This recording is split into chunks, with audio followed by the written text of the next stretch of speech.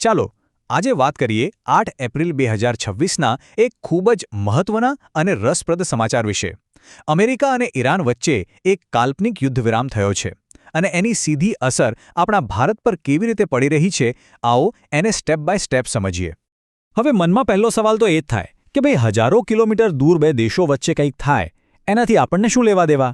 આપણા રોજના જીવન પર એની વળી શું અસર?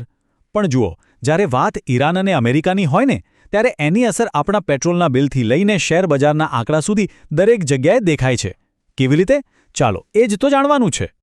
તો આખી ઘટનાને બરાબર સમજવા માટે સૌથી પહેલાં તો એ જાણવું પડે કે આ તણાવનું એપિસેન્ટર એટલે કે એનું ભૌગોલિક અને આર્થિક કેન્દ્ર કયું છે.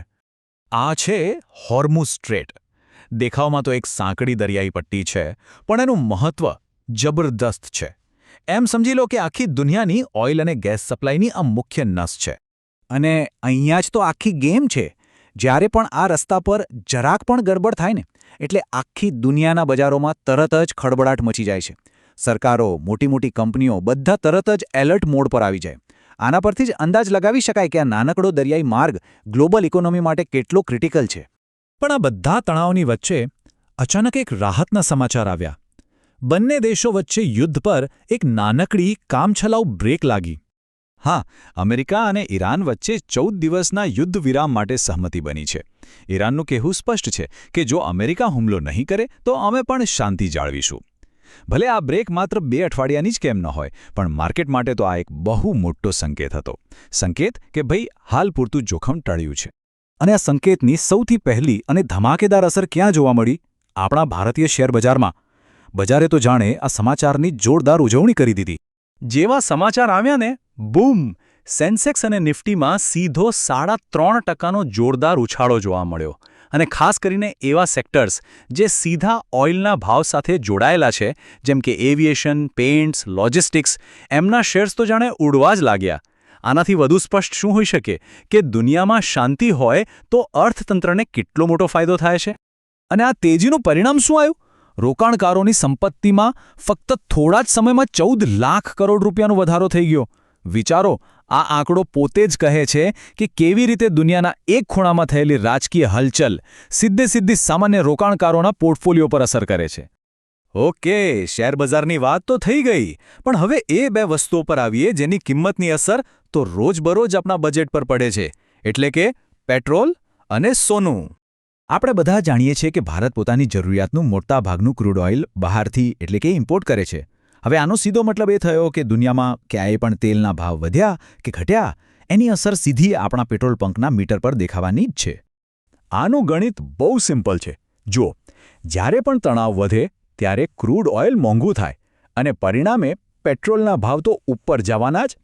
સાથે સાથે આવા અનિશ્ચિત માહોલમાં લોકો સેફ જગ્યાએ રોકાણ કરવાનું વિચારે છે. અને સૌથી સેફ શું? સોનું. એટલે સોનાની માંગ વધે અને ભાવ પણ. પણ જેવો જ યુદ્ધ વિરામનો સંકેત મળ્યો, બજારમાં વિશ્વાસ પાછો આવે અને પરિણામે પેટ્રોલ અને સોનું બંનેના ભાવ નીચે આવવાની પૂરી શક્યતા બની જાય છે. તો ચાલો હવે થોડું ઝૂમ આઉટ કરીએ અને જોઈએ કે આ એક ઘટનાની અસર આખા ભારતીય અર્થતંત્ર પર એટલે કે મોટા પાયે કેવી રીતે પડે છે. આ આખી પ્રક્રિયાને એકદમ સરળતા રીતે સમજીએ. જુઓ, શરૂઆત થઈ યુદ્ધ વિરામથી.